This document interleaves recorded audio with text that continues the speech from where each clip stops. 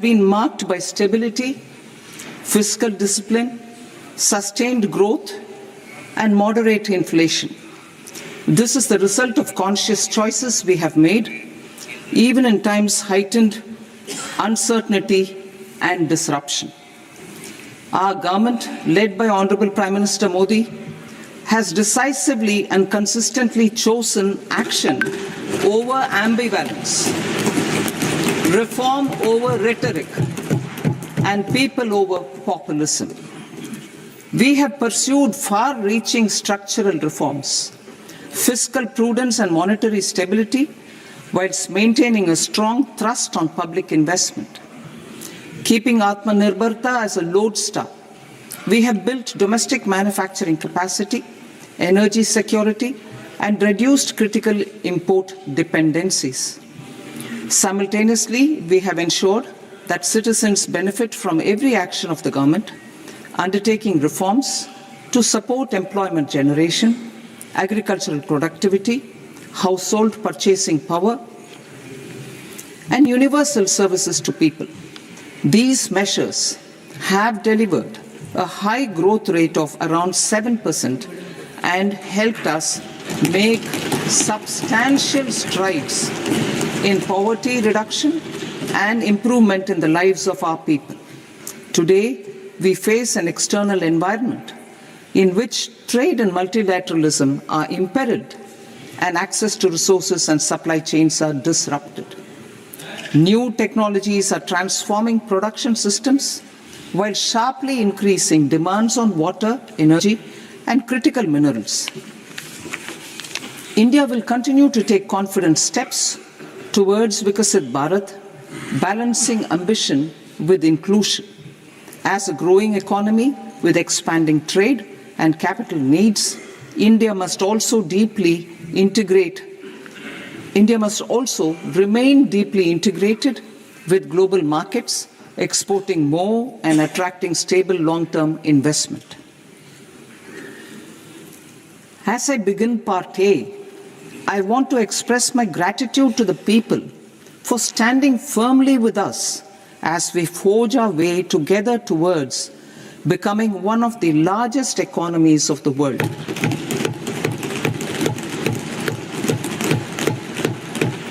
Our aim is to transform aspiration into achievement and potential into performance as we ensure that the dividends of growth reach every farmer, the scheduled caste, the scheduled tribes, the nomads, the youth, the poor, and the women. In Vikasit Bharat Young Leaders Dialogue 2026, several innovative ideas were shared with our Prime Minister, which have inspired many of the proposals, making this a unique Yuva Shakti-driven budget. Our government's sankalp is to focus on our poor, underprivileged, and the disadvantaged.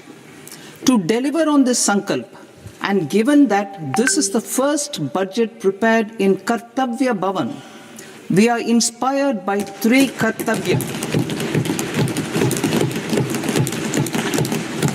Our first Kartavya is to accelerate and sustain economic growth by enhancing productivity and competitiveness and building resilience to volatile global dynamics. Our second Kartavya is to fulfill aspirations of our people and build their capacity, making them strong partners in India's path to prosperity. Our third Kartavya, aligned with our vision of Sabka Saath, Sabka Vikas, is to ensure that every family, community, region, and sector has access to resources, amenities, and opportunities for meaningful participation. This threefold approach requires a supportive ecosystem. The first requirement is to sustain the momentum of structural reforms, continuous, adaptive, and forward-looking. Second, a robust and resilient financial sector is central to mobilizing savings, allocating capital efficiently, and managing risks.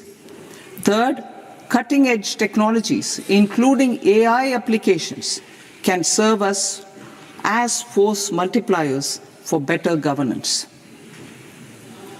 Reform Express. Our government has undertaken comprehensive reforms towards creating employment, boosting productivity, and accelerating growth. After the Prime Minister's announcement on Independence Day in 2025, over 350 reforms have been rolled out. This includes GST simplification, notification of labor codes, and rationalization of mandatory quality control orders. High-level committees have been formed, and in parallel, the central government is working with the state governments on deregulation and reducing compliance requirements. The Reform Express is well on its way and will maintain its momentum to help us fulfill our kartavya. I now move to specific proposals. Under our first kartavya, to accelerate and sustain economic growth, I propose interventions in 6 areas. 1. Scaling up manufacturing in 7 strategic and frontier sectors. 2. Rejuvenating legacy industrial sectors. 3. Creating champion MSMEs. 4. Delivering a powerful push for infrastructure. 5. Ensuring long-term security and stability. And 6.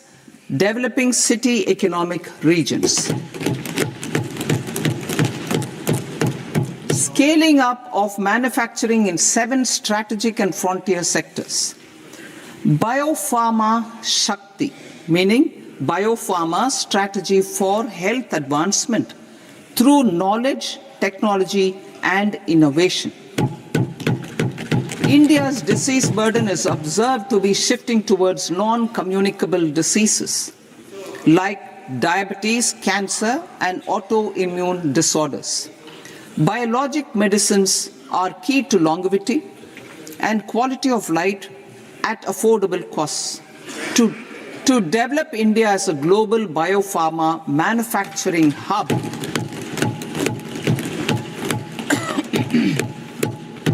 I propose the Biopharma Shakti with an outlay of 10,000 crores over the next 5 years. This will build the ecosystem for domestic production of biologics and biosimilars.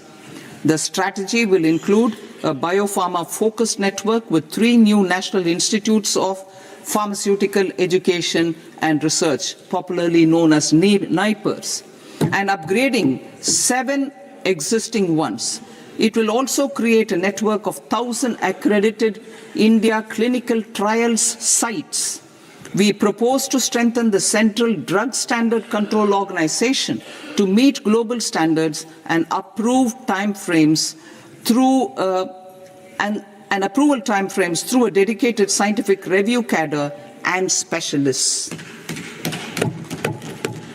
India's Semiconductor Mission 1.0 expanded India's semiconductor sector capabilities. Building on this, we will launch ISM 2.0 to produce equipment and materials, design full-stack Indian IP, and fortify supply chains. We will also focus on industry-led research and training centers to develop technology and skilled workforce. The Electronics Components Manufacturing Scheme, launched in April 2025, with an outlay of 22,919 crores, already has investment commitments at double the targets. We propose to increase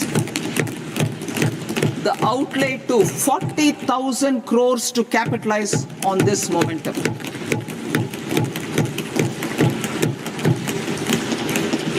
A scheme for rare earth permanent magnets was launched in 2025 November. We now propose to support the mineral-rich states of Odisha, Kerala, Andhra Pradesh, and Tamil Nadu to establish dedicated rare earth corridors to promote mining, processing, research, and manufacturing. To enhance domestic chemical production and reduction import dependency and reduce import dependency, we will launch a scheme to support states in establishing 3 dedicated chemical parks through challenge route on a cluster-based plug-and-play model. Strong capital goods.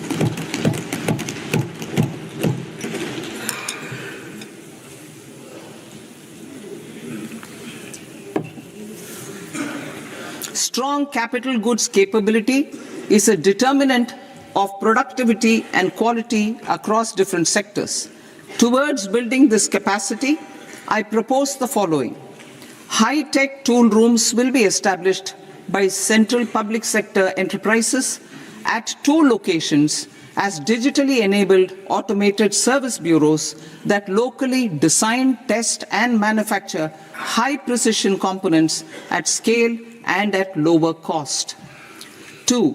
A scheme for enhancement of construction and infrastructure equipments will be introduced to strengthen domestic manufacturing of high-value and technologically advanced CIE.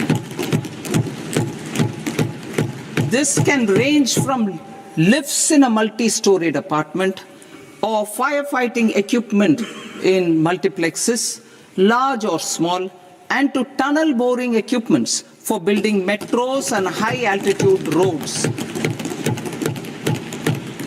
I also propose a scheme for container manufacturing to create a globally competitive container manufacturing ecosystem with a budgetary allocation of 10,000 crores over a 5-year period.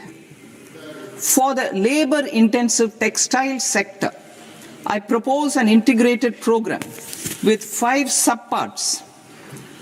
1. The National Fiber Scheme for Self-Reliance in Natural Fibers, such as silk, wool, and jute, man-made fibers, and new-age fibers. Textile expansion and employment scheme to modernize traditional clusters with capital support for machinery, technology upgradation, and common testing and certification centers. 3. The National Handloom and Handicraft Program to integrate and strengthen existing schemes and ensure targeted support for weavers and artisans.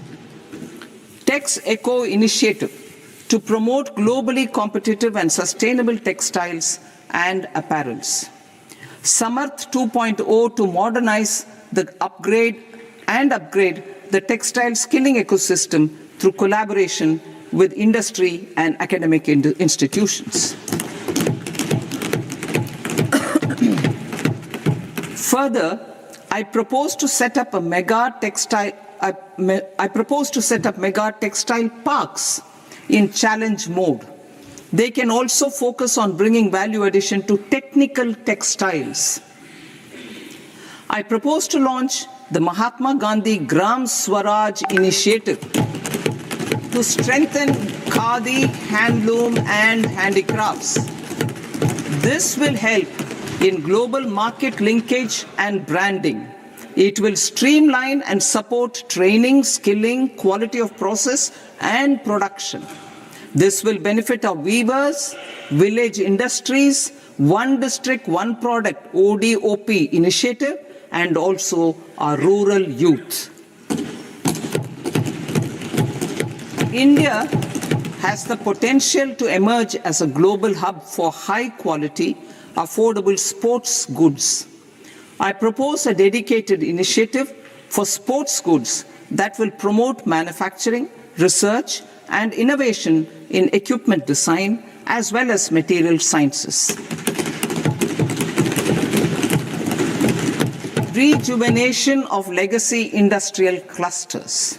I propose to introduce a scheme to revive 200 legacy industrial clusters to improve their cost competitiveness and efficiency through infrastructure and technology upgradation. Creating champion SMEs and supporting micro enterprises. Recognizing MSMEs as a vital engine of growth, I propose a three-pronged approach to help them grow as champions. Equity support. I propose to introduce a dedicated 10,000 crores SME growth fund to create future champions, incentivizing enterprises based on select criteria. I also propose to top up the Self-Reliant India Fund set up in 2021 with 2,000 crores to continue support to micro enterprises and maintain their access to risk capital. Liquidity support. With TREDS, more than 7 lakh crore has been made available to MSMEs. To leverage its full potential, I propose 4 measures. 1. Mandate TREDS as the transaction settlement platform for all purchases from MSMEs by CPSEs, serving as a benchmark for other corporates. 2. Introduce a credit guarantee support mechanism through CGTMSE for invoice discounting on TREDS platform. 3. Link GEM with TREDS for sharing information with financiers about government purchases from MSMEs, encouraging cheaper and quicker financing. 4. Introduce TREDS receivables as asset-backed securities, helping develop a secondary market, enhancing liquidity and settlement of transactions. Professional support. Government will facilitate professional institutions such as the ICAI, ICSI, ICMAI to design short-term modular courses and practical tools to develop a cadre of corporate mitras, especially in Tier 2 and Tier 3 towns. These accredited para-professionals will help MSMEs meet compliance requirements at affordable costs. Infrastructure. During this past decade, our government has undertaken several initiatives for large-scale enhancement of public infrastructure, including through new financing instruments such as Infrastructure Investment Trust (InvITs) and Real Estate Investment Trust (REITs), and institutions like NIIF and NABFID. We shall continue to focus on developing infrastructure in cities with over 5 lakh population, that is Tier 2, Tier 3 cities, which have expanded to become growth centers. Public capital expenditure has increased manifold from 2 lakh crore in 2014-15 to an allocation of 11.2 lakh crore in BE 25-26. In this coming year, that is financial year 2026-27, I propose to increase it to 12.2 lakh crores to continue the momentum. To strengthen the confidence of private developers regarding risks during infrastructure development and construction phase, I propose to set up an infrastructure risk guarantee fund to provide prudentially calibrated partial credit guarantee to lenders. Over the years, REITs have emerged as a successful instrument for asset monetization.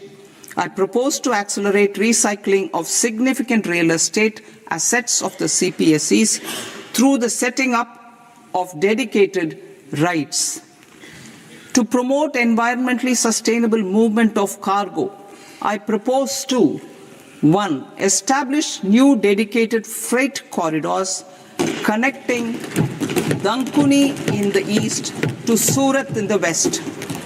Operationalize 20 new national waterways over the next 5 years,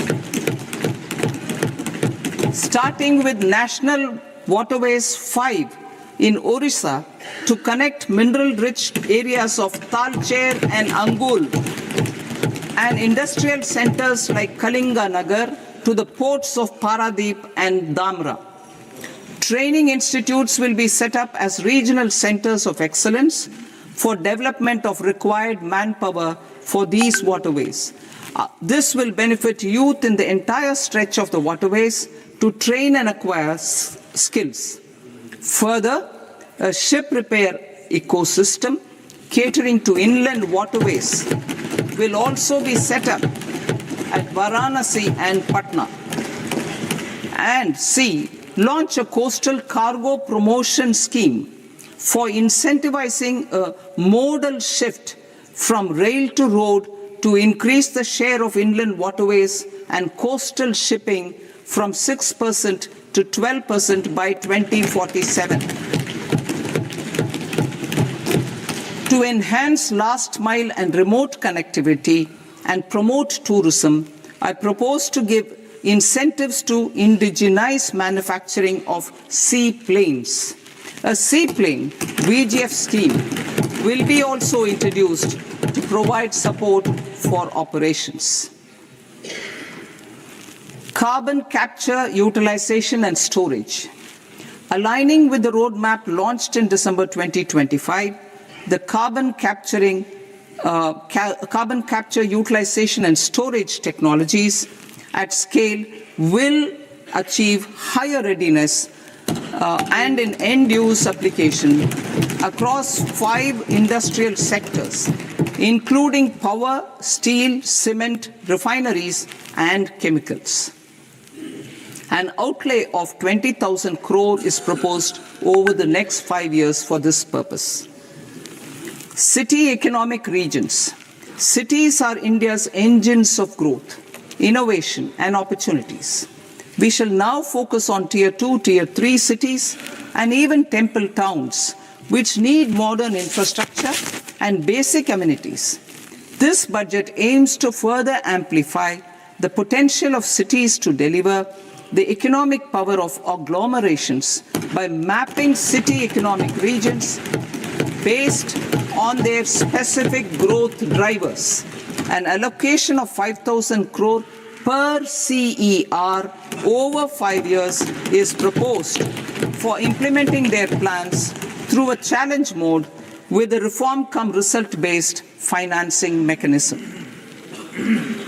In order to promote environmentally sustainable passenger systems, we will develop 7 high-speed rail corridors between cities as growth connectors, namely Mumbai to Pune, Pune to Hyderabad, Hyderabad to Bengaluru, Hyderabad to Chennai, Chennai to Bengaluru, Delhi to Varanasi, Varanasi to Siliguri.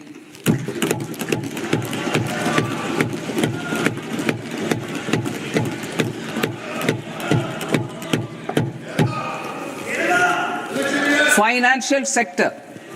The Indian banking sector today is characterized by strong balance sheet, historic highs in profitability, improved asset quality, and coverage exceeding 98% of villages in the country.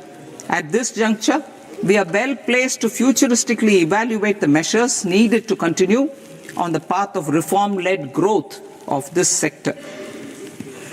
I propose setting up a high-level committee on banking for Vikasit Bharat.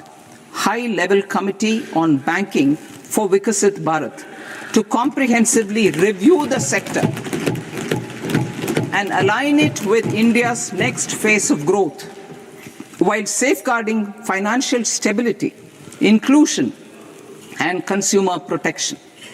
The vision for NBFCs for Vikasit Bharat has been outlined with clear targets for credit disbursement and technology adoption in order to achieve scale and improve efficiency in the public sector NBFCs.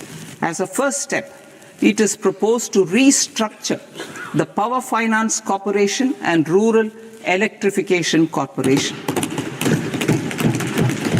I propose a comprehensive review of the foreign exchange management non-debt instruments rules. to create a more contemporary, user-friendly framework for foreign investments consistent with India's evolving economic priorities. Corporate bond market. I propose to introduce a market-making framework with suitable access to funds and derivatives on corporate bond indices. I also propose to introduce total return swaps on corporate bonds. Municipal bonds. To encourage the issuance of municipal bonds of higher value by larger cities, I propose an incentive of 100 crore rupees for a single bond issuance. 100 crore rupees for a single bond issuance of more than 1,000 crore. The current scheme under Amrit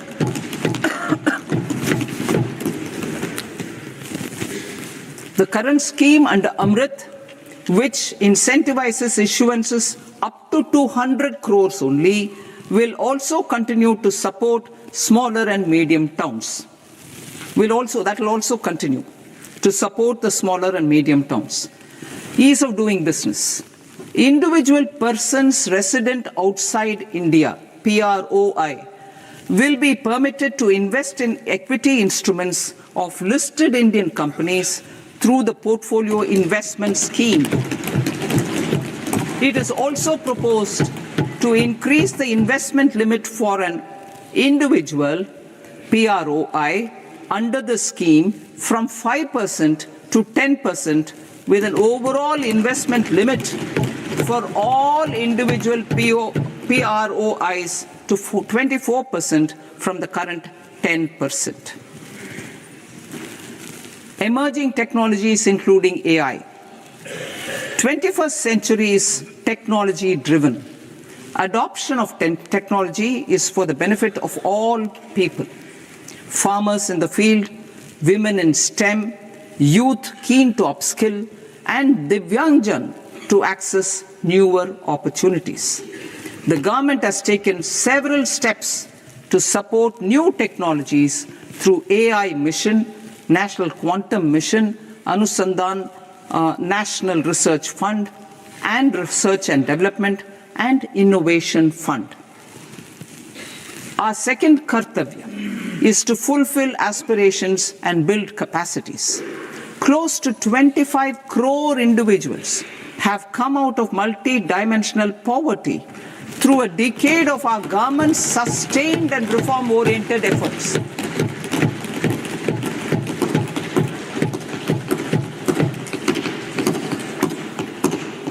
Our government has therefore decided to place a renewed emphasis on the service sector to provide a pathway to fulfilling aspirations of a youthful India with the following measures. I propose to set up a high-powered Education to Employment and Enterprises Standing Committee to recommend measures that focus on services sector as a core driver of Vikasit Bharat. This will make us a global leader in services with a 10% global share by 2047. The committee will prioritize areas to optimize the potential for growth, employment, and exports. They will also assess the impact of emerging technologies, including AI, on jobs and skill requirements and propose measures thereof. To create a range of skilled career pathways, a new range of skilled career pathways for our youth, I propose interventions in the following sectors. Health. Existing institutions for allied health professionals will be upgraded and new AHP institutions established in private and government sectors. This will cover 10 selected disciplines, including optometry, radiology, anesthesia, OT technology, applied psychology, and behavioral health, and add 1 lakh AHPs over the next 5 years. A strong care system covering geriatric and allied care services will be built. A variety of NSQF-aligned programs will be developed to train multi-skilled caregivers, combining core care and allied skills such as wellness, yoga, and operation of medical assistive devices. In the coming year, 1.5 lakh caregivers will be trained.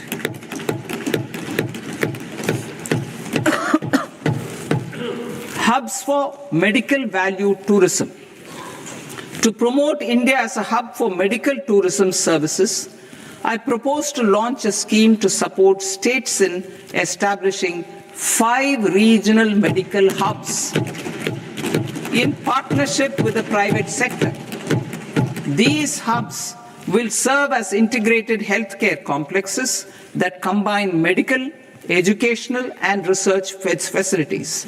They will have Ayush centers, medical value tourism facilitation centers, and infrastructure for diagnostics, post-care, and rehabilitation. These hubs will provide diverse opportunities, job opportunities for health professionals, including doctors and AHPs. Ancient Indian yoga, already respected in several parts of the world, was given a mass global recognition when Honorable Prime Minister took it to the UN. Post-COVID, Ayurveda gained a similar global acceptance and recognition. Exporting quality Ayurveda products helps farmers who grow the herbs and youth who process the products. To meet growing global demand, a few more steps are being taken. I propose to 1. Set up 3 new All India Institutes of Ayurveda. 2. Upgrade Ayush pharmacies and drug testing labs for higher standards of certification ecosystem and make available more skilled personnel. 3. Upgrade the WHO Global Traditional Medicine Center in Jamnagar to bolster evidence-based research, training, and awareness for traditional medicine. Animal husbandry. Livestock contributes to close to 16% of farm income, including of poor and marginal households. To scale up availability of veterinary professionals by more than 20,000, I propose to roll out a loan-linked capital subsidy support scheme for establishment of veterinary and para-veterinary colleges, veterinary hospitals, diagnostic laboratories, and breeding facilities in private sector. Collaboration between Indian and foreign institutions will also be facilitated. Orange economy. India's animation, visual effects, gaming and comics sector, AVGC sector, is a growing industry projected to require 2 million professionals by 2030. I propose to support the Indian Institute of Creative Technologies, Mumbai, in setting up AVGC content creator labs in 15,000 secondary schools all over the country and 500 colleges. The Indian design industry is expanding rapidly, and yet there is a shortage of Indian designers.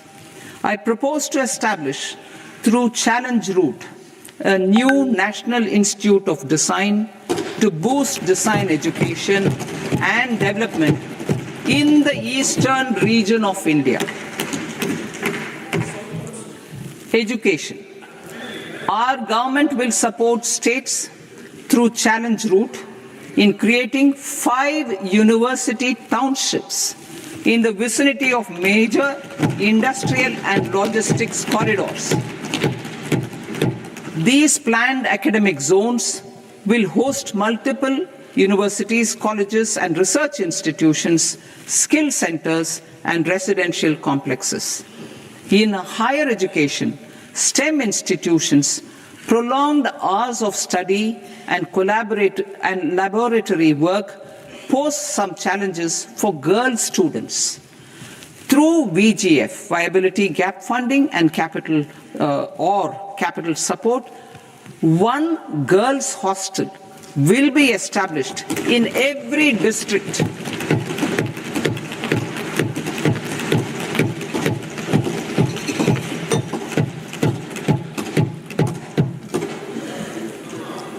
To promote astrophysics and astronomy via immersive experiences. 4 telescope infrastructure facilities will be set up or upgraded. The National Large Solar Telescope, the National Large Optical Infrared Telescope, the Himalayan Chandra Telescope, and the Cosmos 2 Planetarium. Tourism. The tourism sector has the potential to play a large role in the employment generation, forex earnings, and expanding the local economy. I propose to set up a National Institute of Hospitality by upgrading the existing National Council for Hotel Management and Catering Technology. It will function as a bridge between academia, industry, and government. I also propose a pilot scheme for upskilling 10,000 guides in 20 iconic tourist sites through a standardized, high-quality, 12-week training course in hybrid mode in collaboration with the Indian Institute of Management. A national destination digital knowledge grid will be established to digitally document all places of significance, cultural, spiritual, and heritage. This initiative will create a new ecosystem of jobs for local researchers, historians, content creators, and technology partners. India has the potential and opportunity to offer world-class trekking and hiking experience. We will develop ecologically sustainable mountain trails in Himachal Pradesh, Uttarakhand, and Jammu Kashmir. Also in Araku Valley in the Eastern Ghats and Podigai Malai in the Western Ghats. Turtle trails along key nesting sites in the coastal areas of Odisha, Karnataka, and Kerala. And 3 bird watching trails along the Pulikat Lake in Andhra Pradesh, Tamil Nadu. It's on the border. Under the visionary leadership of Honorable Prime Minister, we established the International Big Cat Alliance in 2024. This year, India is hosting the first ever Global Big Cat Summit, where heads of governments and ministers from 95 range countries will deliberate on collective strategies for conservation. Heritage and culture tourism. I propose to develop 15 archaeological sites, including Lothal, Dholavira, Rakhi Gadi, Adichanallur, Saranath, Hastinapur, and Leh Palace into vibrant experiential cultural destinations. Excavated landscapes will be open to the public through curated walkways. Immersive storytelling skills and technologies will be introduced to help conservation labs, interpretation centers, and guides. The sports sector provides multiple means of employment, skilling, and job opportunities.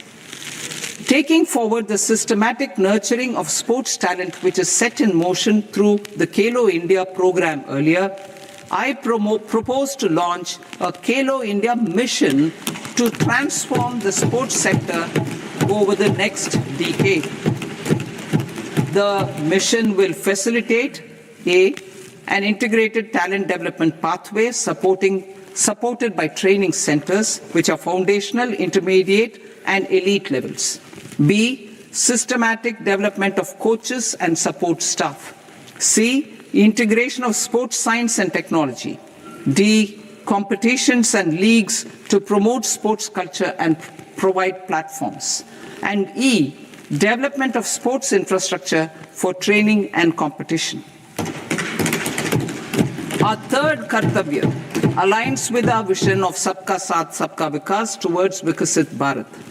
This requires targeted efforts for 1. Increasing farmer incomes through productivity enhancement and entrepreneurship, with special attention to small and marginal farmers.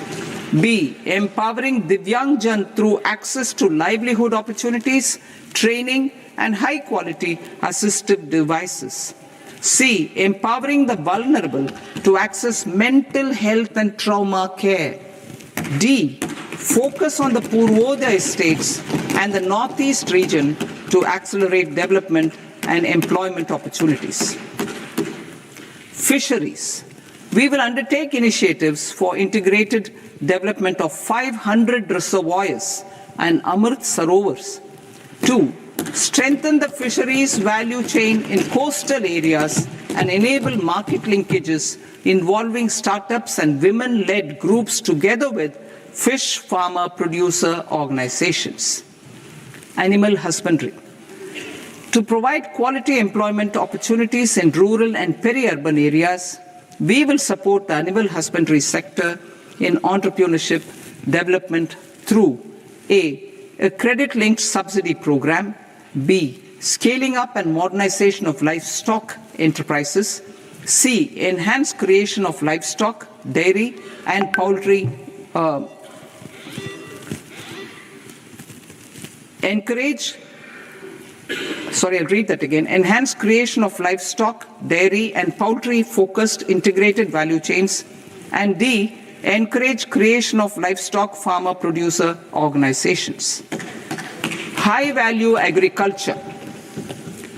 To diversify farm outputs, increase productivity, enhance farmers' incomes, and create new employment opportunities, we will support high-value crops such as coconut, sandalwood, cocoa, cashew in the coastal areas, agar trees in northeast, and nuts such as almonds, walnuts, and pine nuts in our hilly regions. These, all of them, will be supported. India is the world's largest producer of coconuts. About 30 million people, including nearly 10 million farmers, depend on coconuts for their livelihood.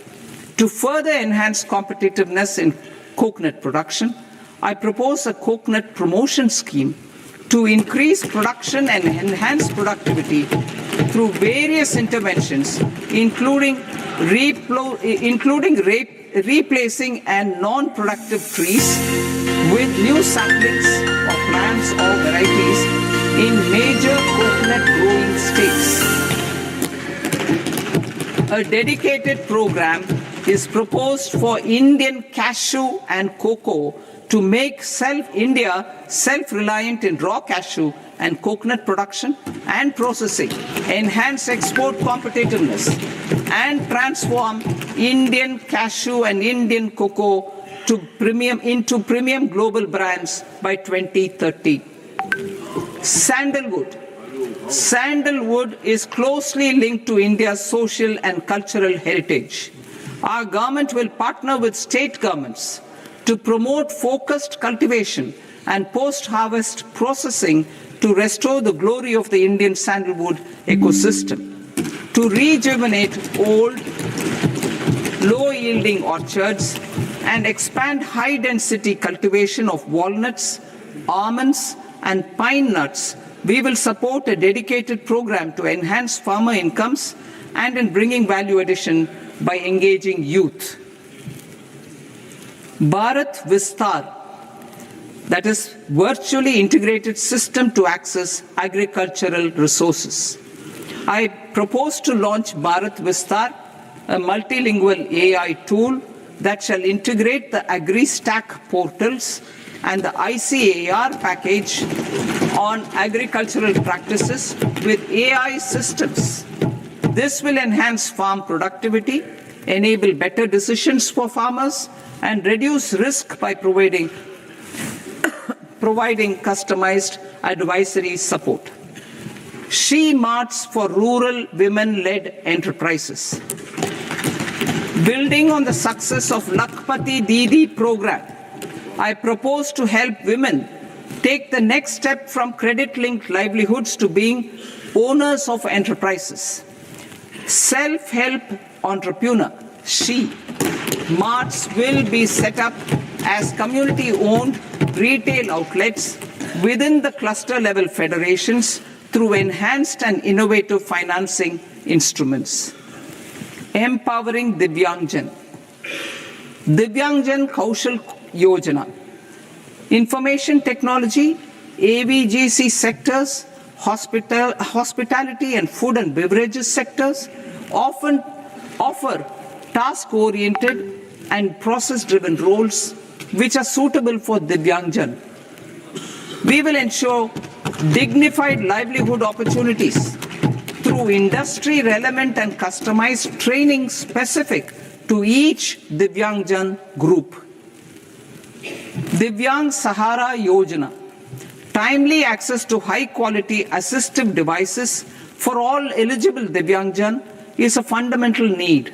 I propose to 1. Support the Artificial Limbs Manufacturing Corporation of India, Alimco, to set up and to scale up production of assistive devices, invest in R&D and AI integration, strengthen PM Divyasha Kendras, and support setting up of assistive technology marts as modern retail style centers where Divyangjan and senior citizens can see, try and purchase assistive products. Reaffirming our commitment to mental health and trauma care. There are no national institutes for mental health care in North India. We will therefore set up a NIMHANS 2 and also upgrade national mental health institutes in Ranchi and in Tezpur as regional apex institutions. Emergencies expose families, particularly the poor and vulnerable, to unexpected expenditure. We will strengthen and increase these capacities by 50% in district hospitals by establishing emergency and trauma care centers. Focus on Purvodaya states and northeastern regions. Purvodaya. I propose the development of an integrated East Coast industrial corridor with a well-connected node at Durgapur, creation of 5 tourism destinations in 5 Purvodaya states, and the provision of 4,000 e-buses. Buddhist sites in northeastern region. The northeastern region is a civilizational confluence of Theravada and Mahayana or Vajrayana traditions. I propose to launch a scheme for development of Buddhist circuits in Arunachal Pradesh, Sikkim, Assam, Manipur, Mizoram, and Tripura. The scheme will cover preservation of temples and monasteries, pilgrimage interpretation centers, connectivity, and pilgrim amenities. 16th Finance Commission. On 17th November 2025, the 16th Finance Commission submitted its report to the President. As mandated under Article 281 of the Constitution, the government is to lay the report along with the explanatory memorandum on the action taken report on the recommendations of the Commission in Parliament, which, Sir, Honourable Speaker, you've allowed me to do at the commencement of this session. the government has accepted the recommendation of the Commission to retain the vertical share of devolution at 41%. As recommended by the Commission, I have provided 1.4 lakh crores of rupees to the states for the year 2026-2027 as Finance Commission grants. These include rural and urban local body and disaster management grants. Fiscal consolidation. Government has been delivering on our fiscal commitments consistently without compromising on social needs.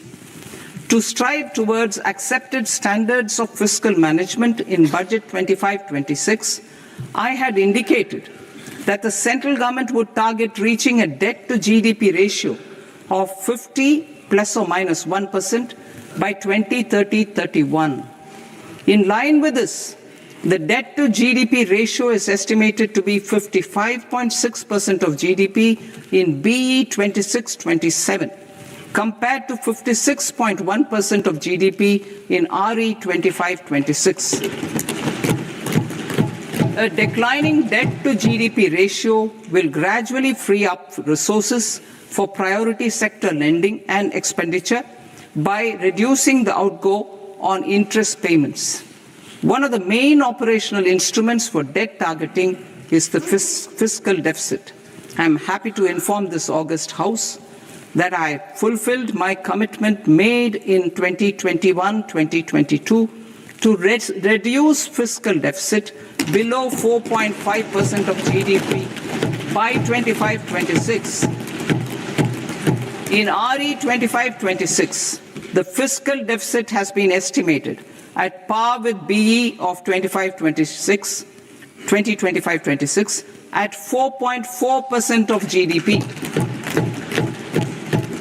In line with the new fiscal prudence path of debt consolidation, the fiscal deficit in BE 26-27 is estimated to be 4.3% of the GDP.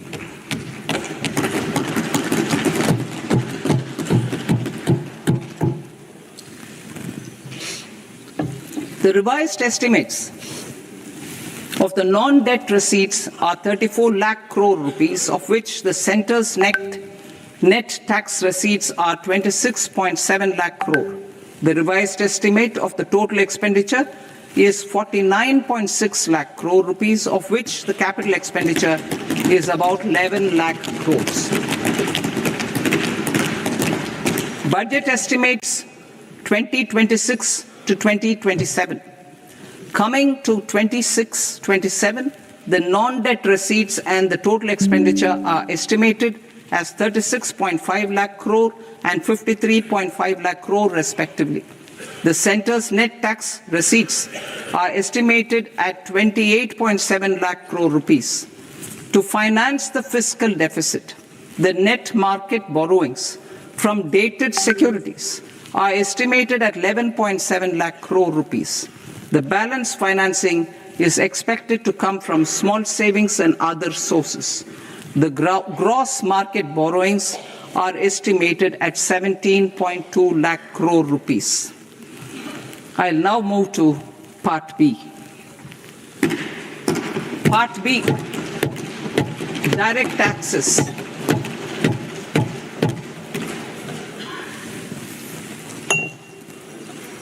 Honorable Speaker, sir, I now present my proposals on direct taxes. New Income Tax Act.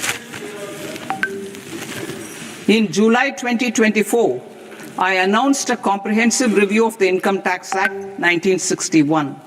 This was completed in a record time, and the Income Tax Act 2025 will come into effect from 1st April 2026. The simplified income tax rules and forms will be notified shortly, giving adequate time to taxpayers to acquaint themselves with its requirements. The forms have been redesigned such that ordinary citizens can comply without difficulty. Ease of living. I propose that any interest awarded by the Motor Accident Claims Tribunal to a natural person will be exempt from income tax, and any TDS on this account will be done away with. I propose to reduce TCS rate on the sale of overseas tour program package from the current 5% and 20% to 2% without any stipulation of amount. I propose to reduce TCS rate for pursuing education and for medical purposes under the Liberalized Remittance Scheme, popularly known as LRS, from 5% to 2%. Supply of manpower services is proposed to be specifically brought within the ambit of payment to contractors for the purpose of TDS to avoid ambiguity. Thus, TDS on these services will be at the rate of either 1% or 2% only. I propose a scheme for small taxpayers wherein a rule-based automated process will enable obtaining a lower or nil deduction certificate instead of filing an application with the assessing officer. For the ease of taxpayer holding securities in multiple companies, I propose to enable depositories to accept Form 15G or Form 15H from the investor and provide it directly to various relevant companies. I propose to extend time available for revising returns from 31st December to up to 31st March with the payment of a nominal fee. I also propose to stagger the timeline for filing of tax returns. Individuals with ITR 1 and ITR 2 returns will continue to file till 31st July, and non-audit business cases or trusts are proposed to be allowed time till 31st August. TDS on sale of immovable property by a non-resident is proposed to be deducted and deposited through resident buyers and his or her PAN-based challan instead of requiring a TAN, which is a temporary accounting number. To address practical issues of small taxpayers like students, young professionals, tech employees, relocated NRIs, and such others, I propose to introduce a one-time 6-month foreign asset disclosure scheme for these taxpayers to disclose income or assets below a certain size. This scheme would be applicable for two categories of taxpayers, namely A, who did not disclose their overseas income or assets, and B, who disclosed their overseas income and or paid due tax but could not declare the asset acquired.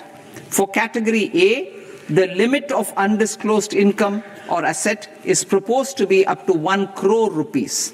They need to pay 30% of fair market value of asset or 30% of undisclosed income as tax and 30% as additional income tax in lieu of penalty, and would thereby get immunity from prosecution. For category B, asset value is proposed to be up to 5 crore rupees. Here, immunity from both penalty and prosecution will be available with a payment of fee of 1 lakh rupees. Rationalizing penalty and prosecution. Multiplicity of proceedings are hindrance to the ease of doing business. I propose to integrate assessment and penalty proceedings by way of a common order for both. There will be no interest liability on the taxpayer on the penalty amount for the period of appeal before the first appellate authority, irrespective of the outcome of appeal process. Further, quantum of prepayment is being reduced from 20% to 10% and will continue to be calculated only on core tax demand. As an additional measure for reducing litigation, I propose to allow taxpayers to update their returns even after reassessment proceedings have been initiated, and an additional 10% tax rate over and above the rate applicable for the relevant year. The assessing officer will then use only this updated return in his proceedings. There is already a framework for immunity from penalty and prosecution in the cases of underreporting. I propose to apply this framework for immunity to misreporting too. However, in such a case, the taxpayer will need to pay 100% of the tax amount as an additional income tax over and above the tax and interest due. Penalties for certain technical defaults, such as failure to get accounts audited, non-furnishing of transfer pricing audit report, and default in furnishing statement for financial transactions are proposed to be converted into fee.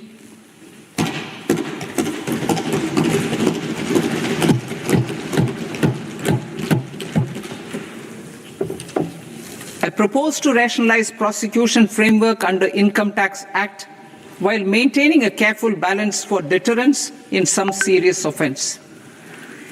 Non-production of books of account and documents and requirement of previous payment where payment is made in kind are being decriminalized. Further, minor offences will attract fine only.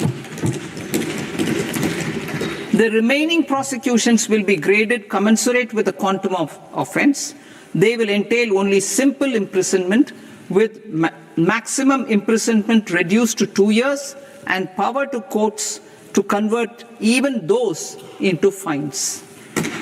There is no penalty.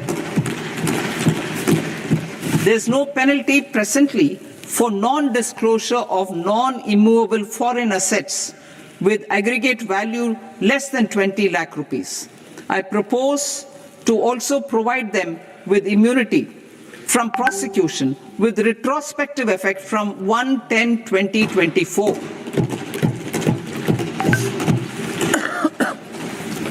Cooperatives. Deduction is already allowed to a primary cooperative society engaged in supplying milk, oilseeds, fruits or vegetables raised or grown by its members. I propose to extend this deduction to also include supply of cattle feed and cotton seed produced by its members. I propose to allow inter-cooperative society dividend income as deduction under the new tax regime to the extent it is further distributed to its members. I further propose to allow exemption for a period of 3 years to dividend income received by a notified national cooperative federation on their investments made in companies up to 31/1/2026. This exemption would be allowed only for dividends further distributed to its member cooperatives. Supporting IT sector as India's growth engine. India is a global leader in software development services, IT-enabled services, knowledge process outsourcing services, and contract R&D services relating to software development. These businesses and their segments are quite interconnected with each other. All these services are proposed to be clubbed under a single category of information technology services with a common safe harbor margin of 15.5% applicable to all. The threshold for availing safe harbor for IT services is being enhanced substantially from 300 crore rupees to 2,000 crore rupees. Safe harbor for IT services shall be approved by an automated rule-driven process without any need for tax officer to examine and accept the application. Once applied by an IT services company, the same safe harbor can be continued for a period of 5 years at a stretch at its choice. For IT services companies who want to conclude advanced pricing agreement, APA, I propose to fast-track unilateral APA process for IT services and endeavor to conclude it within a period of 2 years. The period of 2 years can be extended by a further period of 6 months on taxpayers' request. I propose to extend the facility of modified returns available to the entity entering APA to its associated entities also. Attracting global business and investment. Recognizing the need to enable critical infrastructure and boost investment in data centers, I propose to provide tax holiday till 2047 to any foreign company that provides cloud services to customers globally by using data center services from India. It will, however, need to provide services to Indian customers through an Indian reseller entity. I also propose to provide a safe harbor of 15% on cost in case the company providing data center services from India is a related entity. To harness the efficiency of just-in-time logistics for electronic manufacturing, I propose to provide safe harbor to non-residents for component warehousing in a bonded warehouse at a profit margin of 2% of the invoice value. The resultant tax of about 0.7% will be much lower than in competing jurisdictions. To provide fillip to toll manufacturing in India, I propose to provide exemption from income tax for 5 years to any non-resident who provides capital goods, equipment, or tooling to any toll manufacturer in a bonded zone. To encourage vast pool of global talent to work in India for a longer period of time, I propose to provide exemption to global, non-India sourced income of a non-resident expert for a stay period of 5 years under notified schemes. I propose to provide exemption from minimum alternate tax, the MAT, to all non-residents who pay tax on presumptive basis. Tax administration. I propose to constitute a joint committee of Ministry of Corporate Affairs and Central Board of Direct Taxes for incorporating the requirements of income computation and disclosure standards, the ICDS, in the Indian Accounting Standards, IND AS itself. Separate accounting requirement based on ICDS will be done away with from the tax year 27-28. To support Prime Minister Modi's vision of homegrown accounting and advisory firms to become global leaders, I propose to rationalize the definition of accountant for the purposes of safe harbor rules. Other tax proposals. Change in taxation of buyback was brought in to address the improper use of buyback route by promoters. In the interest of minority shareholders, I propose to tax buyback for all types of shareholders as capital gains. However, to disincentivize misuse of tax arbitrage, promoters will pay an additional buyback tax. This will make effective tax 22% for corporate promoters. For non-corporate promoters, the effective tax will be 30%. TCS rate for sellers of specific goods, namely alcoholic liquor, scrap, and minerals, will be rationalized to 2%, and that on tendu leaves will be reduced from 5% to 2%. I propose to raise the STT on futures to 0.05% from the present 0.02%. STT on options premium and exercise of options are both proposed to be raised to 0.15% from the present rate of 0.1% and 0.125% respectively. We reformed the taxation landscape for corporates in 2019 by providing them a simplified regime with lower tax rate so that they could productively focus on business rather than on claim of deductions and exemptions. To encourage companies to shift to the new regime, set-off of brought forward MAT credit, minimum alternate tax credit, is proposed to be allowed to companies only in the new regime. Set-off using available MAT credit is proposed to be allowed to an extent of 1/4 of the tax liability in the new regime. MAT is proposed to be made final tax, so there will be no further credit accumulation from 1st April 2026. In line with this change, the rate of final tax is being reduced to 14% from the current MAT rate of 15%. The brought forward MAT credit of taxpayers accumulated till 30th March 2026 will continue to be available to them for set-off as above. Indirect taxes. I shall now take up proposals related to indirect taxes. My proposals for customs and central excise aim to further simplify the tariff structure, support domestic manufacturing, promote export competitiveness, and correct inversion in duty. To continue weeding out long-continuing customs duty exemptions, I propose to remove certain exemptions on items which are being manufactured in India or where the imports are negligible.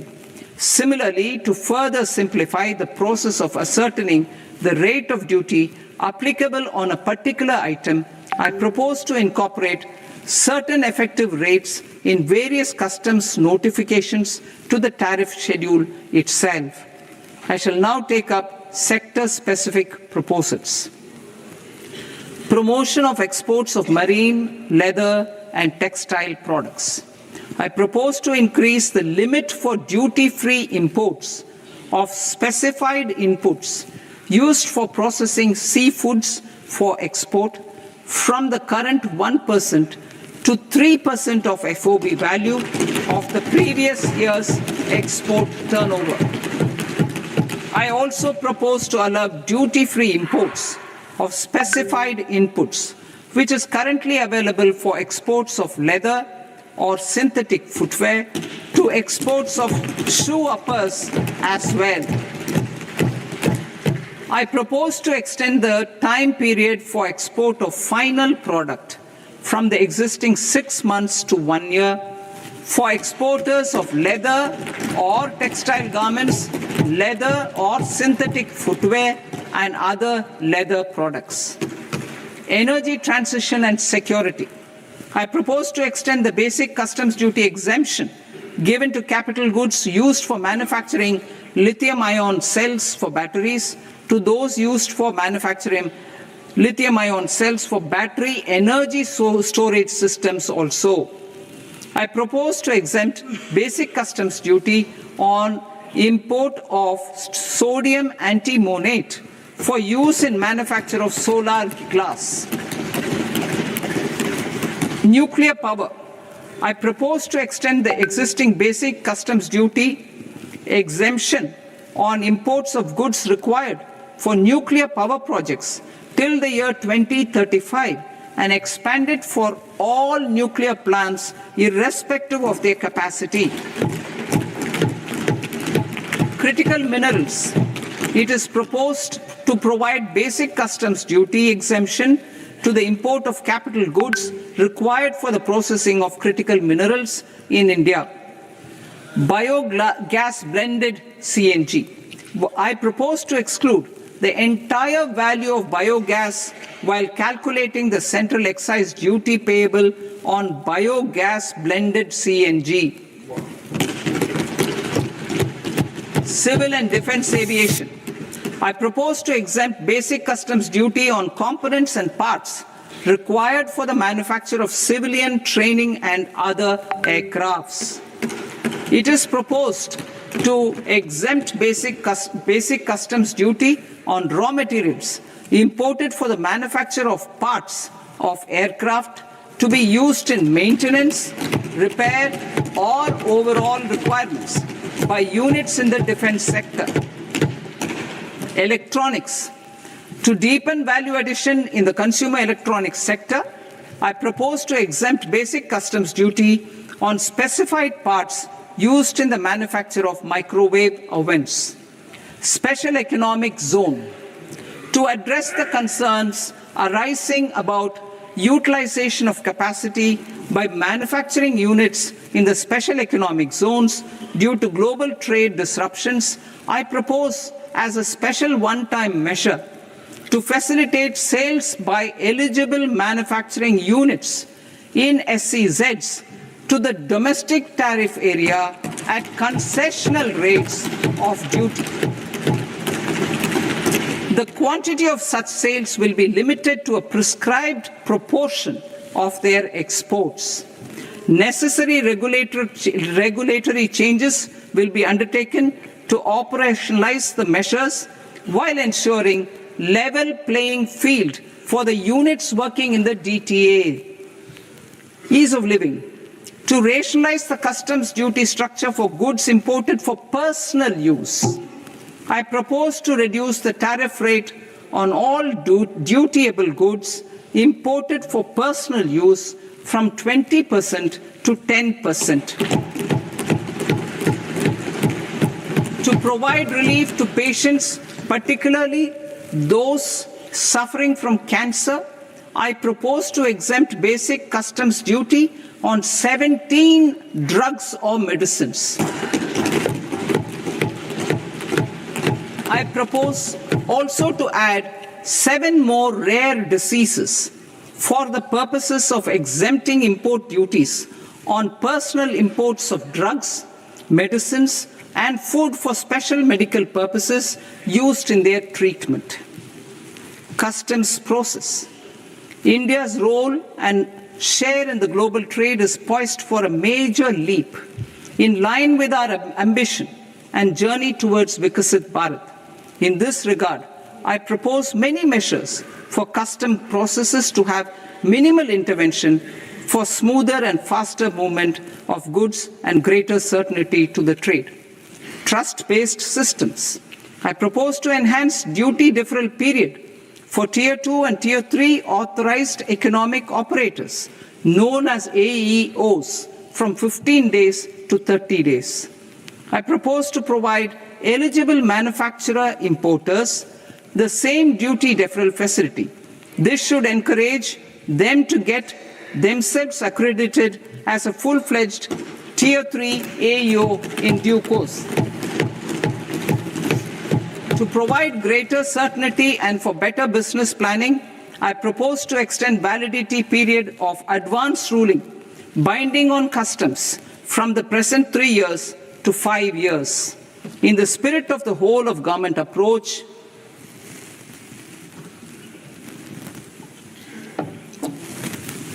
government agencies will be encouraged to leverage AEO accreditation for preferential treatment in clearing their cargo.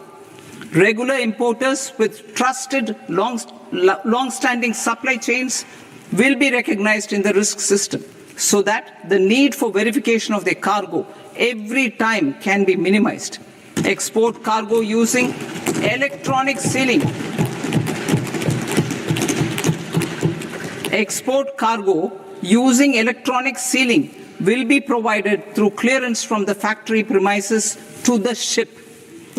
For import of goods not needing any compliance, filing of bill of entry by a trusted importer and arrival of goods will automatically notify customs for completing their clearance formalities. This will enable goods to be released immediately on arrival. The customs warehouse framework will be transformed into a warehouse operator-centric system with a self-declarations, electronic tracking, and risk-based audit. These reforms will move away from the current system of officer-dependent approvals and reduce transaction delays and compliance costs. Ease of doing business. Approvals required for cargo clearance from various government agencies will be seamlessly processed through a single and interconnected digital window by the end of the financial year. Processes involved in clearance of food, drugs, plant, and animal and wildlife products, accounting for about 70% of interdicted cargo, will be operationalized on this system by April 2026 itself. For goods not having any compliance requirement, clearance will be done by customs immediately after online registration is completed by the importer, subject to the payment of duty.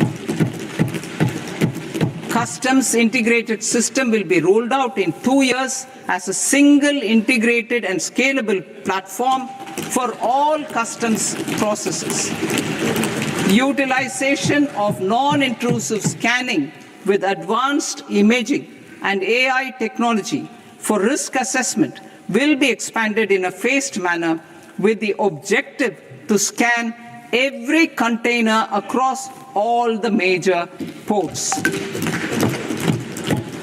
New export opportunities to support Indian fishermen to fully harness the economic value of marine resources beyond our territorial waters. The following measures will be taken. A. Fish catch by an Indian fishing vessel in exclusive economic zone or on the high seas will be made free of duty. Landing of such fish on foreign port will be treated as export of goods. Safeguards will be put in place to prevent misuse during fish catch, transit, or transshipment.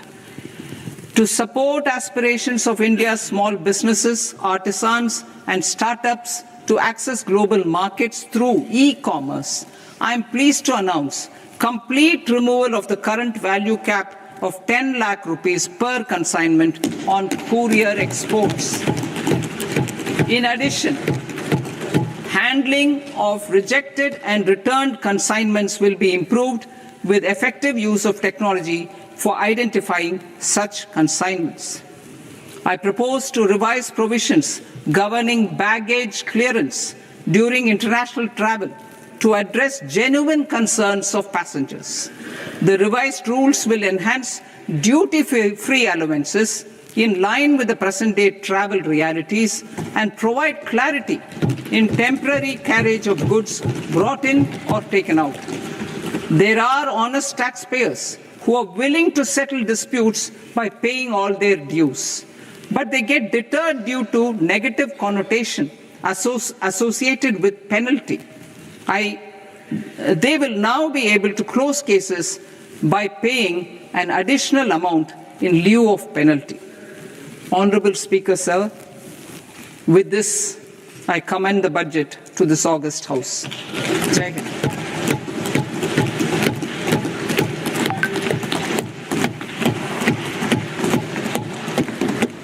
One and a half hours. Item number 3 माननीय वित्त मंत्री जी।